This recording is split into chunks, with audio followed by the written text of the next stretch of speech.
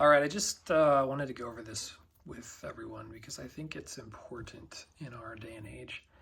I'm going to go over kind of the first parts of 1 Corinthians chapter 7.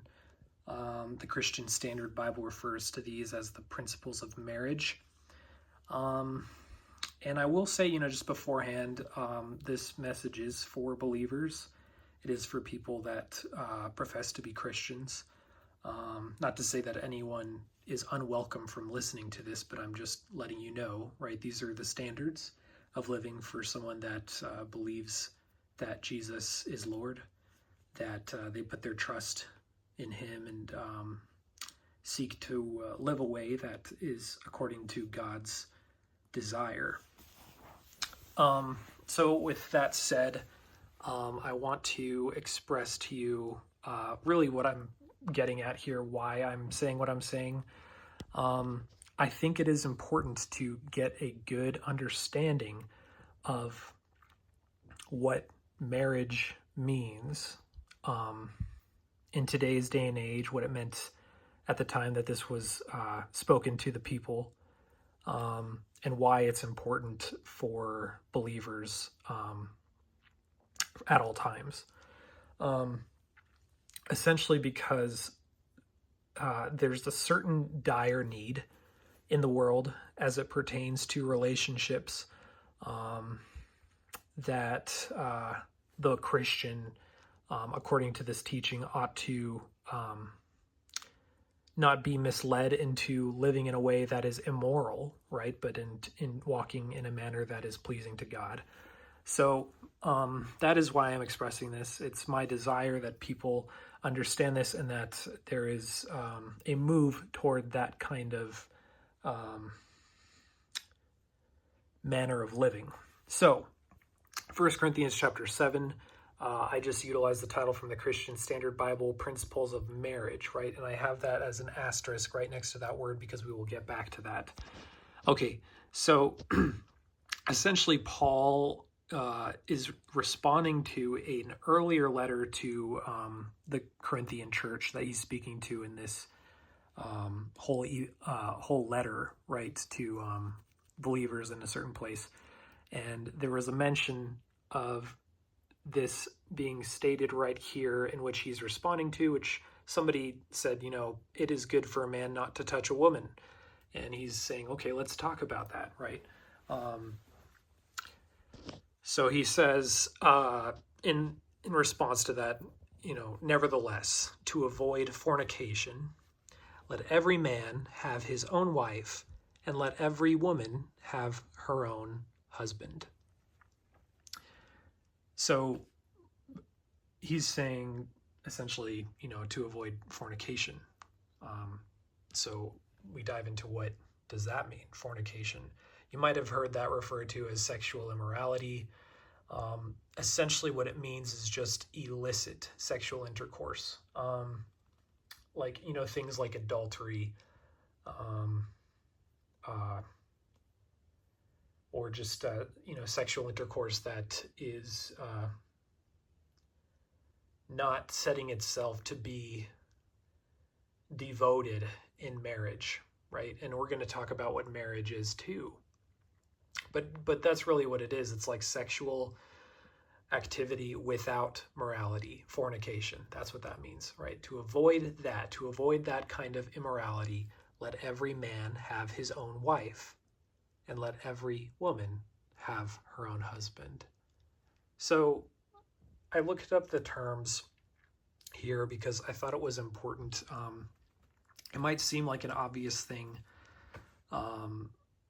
but really understanding what these terms mean. Husband is probably, it is the most obvious. If you look up the term for that, it really just means like a sir, so like a man. In the Greek, I believe, it's sort of a generic term. And then also, so is the term used here, which in the translation says wife, but it also refers to a woman. And in that specific definition, this term means, especially a married woman. So really what this is just saying is in the general sense, because of the immorality that is so rampant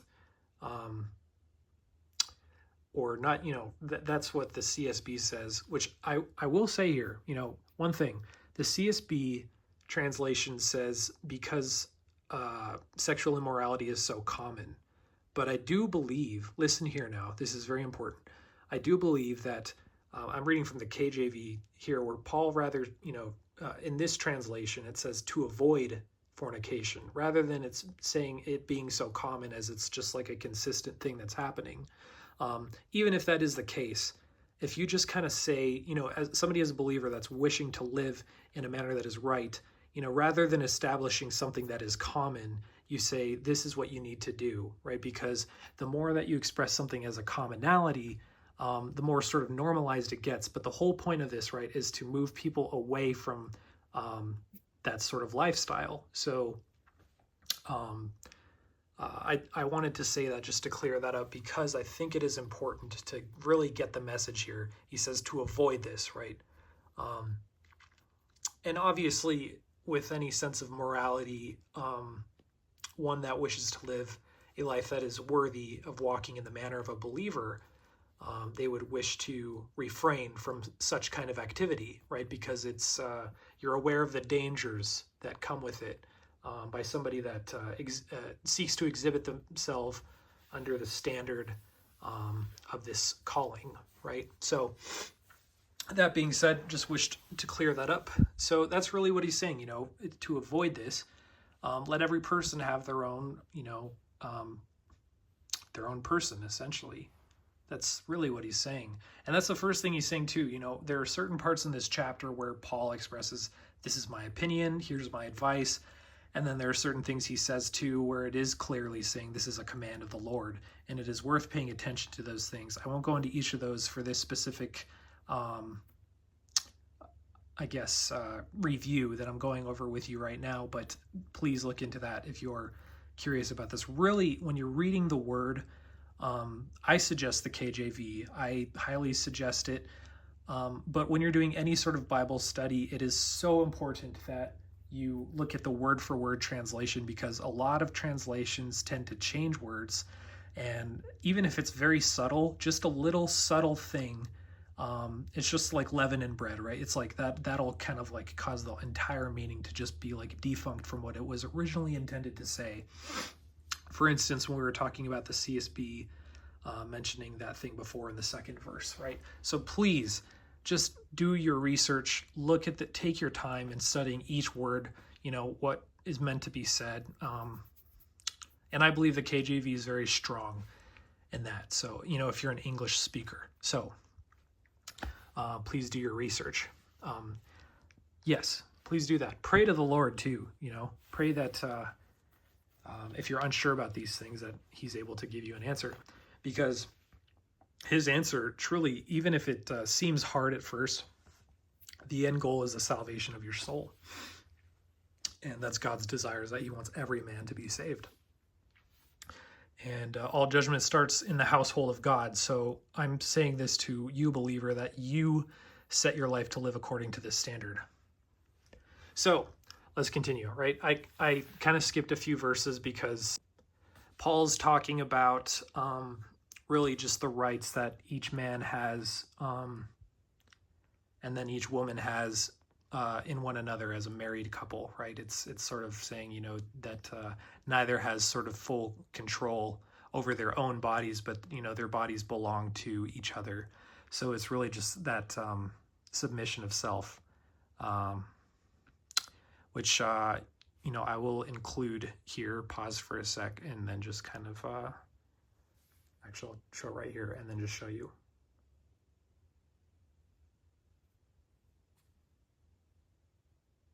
Okay, so that's important. But really what I wanted to get to, and this is just a few verses past that, verse 5, which he's continuing in this commandment, right? He's giving explanation to what he's saying, and then he furthers his command. And when he's giving this command, I should say, even though he expressly says certain things in this chapter, like this is my advice, and this is the Lord's command, he doesn't specify that quite yet, right? He hasn't gotten into that portion of the letter speaking. So right here, just as in any other place that he would be basically making statements, giving commandments, you have to trust that he is speaking under the authority that was given to him as an apostle. So really the things that are being said here, he is saying as a command.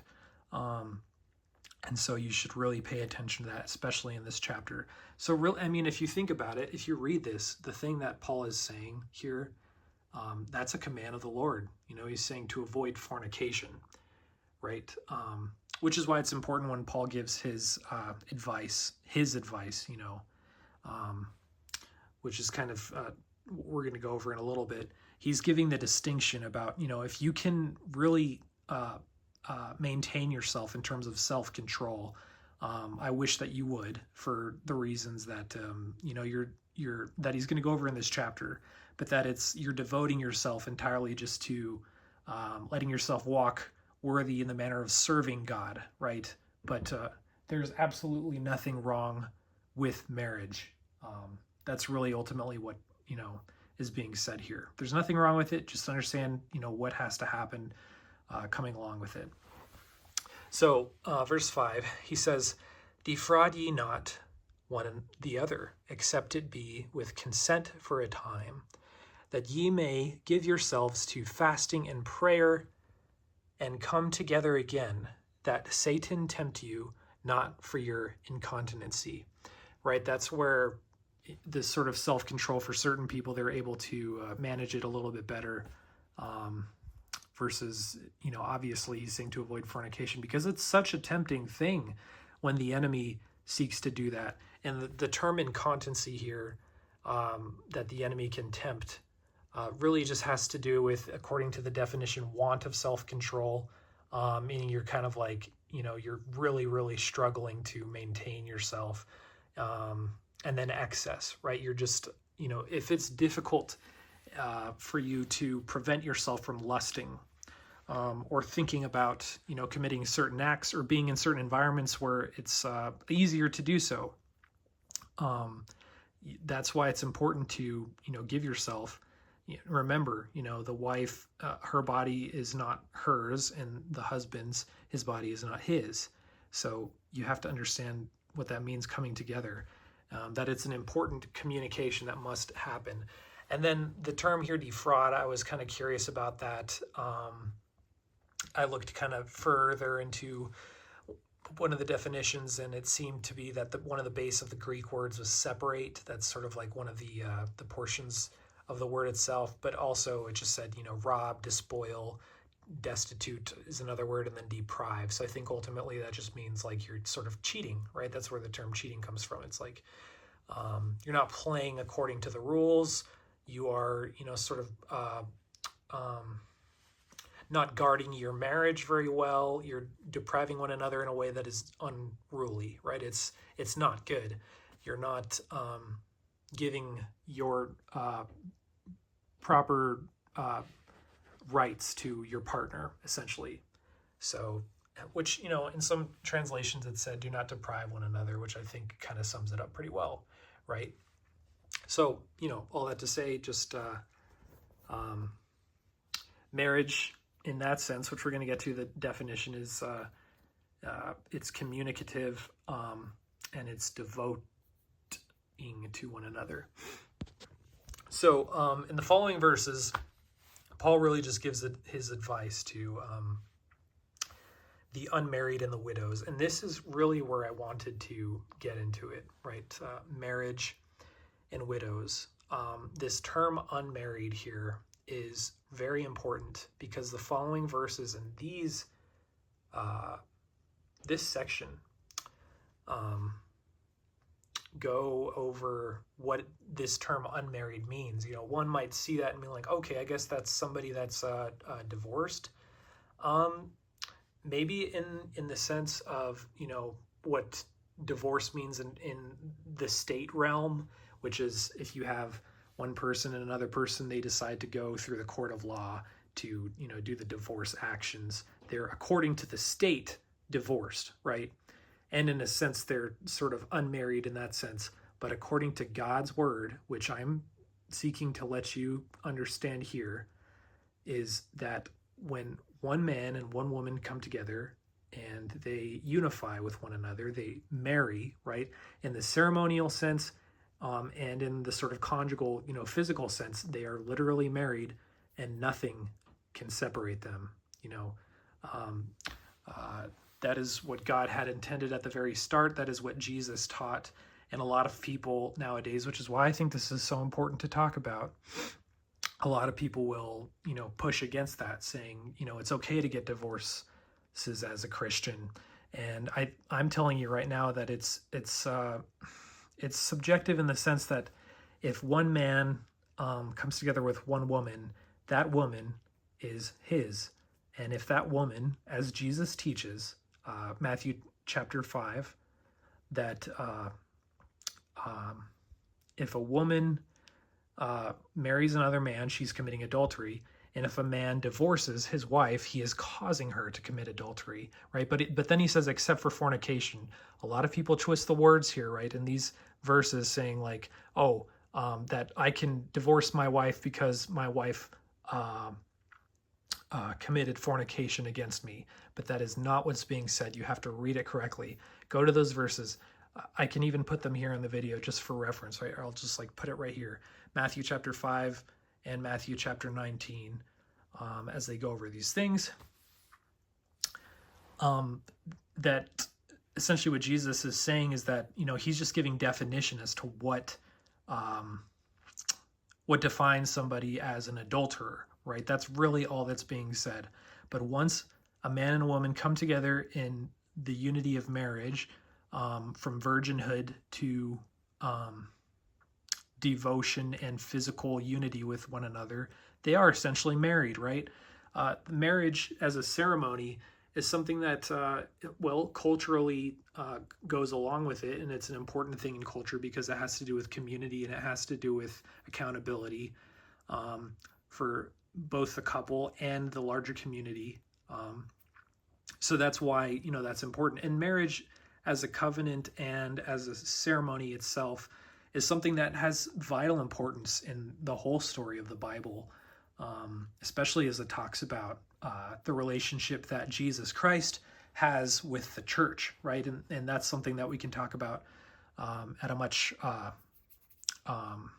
larger conversation that doesn't need to be had in this video right now, but just keep that in mind, right? That's really what I'm saying, is just marriage as a ceremony beyond the unification of a man and a woman means just as much as the unification of a man and a woman coming together, right? But all that to say, that's really what's being said here is unmarried. That's what Paul is saying here in the following verses is describing is if a man and a woman separate, whether it be consensually or for whatever reason, they, choose to not be with each other anymore. But Paul actually gives commandment from the Lord, and he does distinguish that in the following verses, that if a woman does separate or,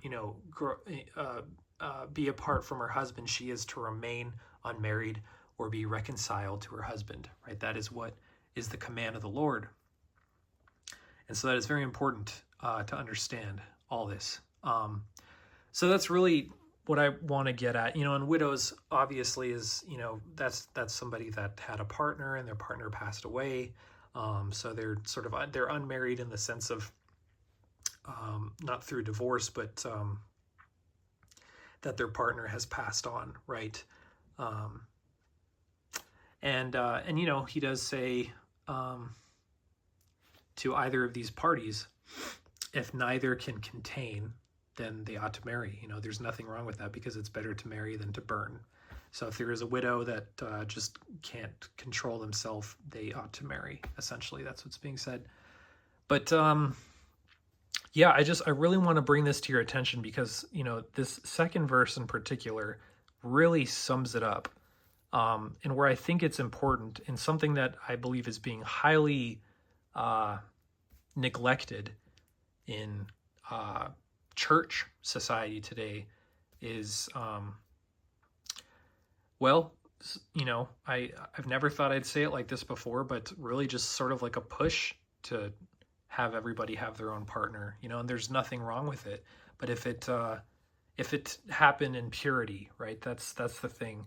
That's not always the case, to be had in certain situations.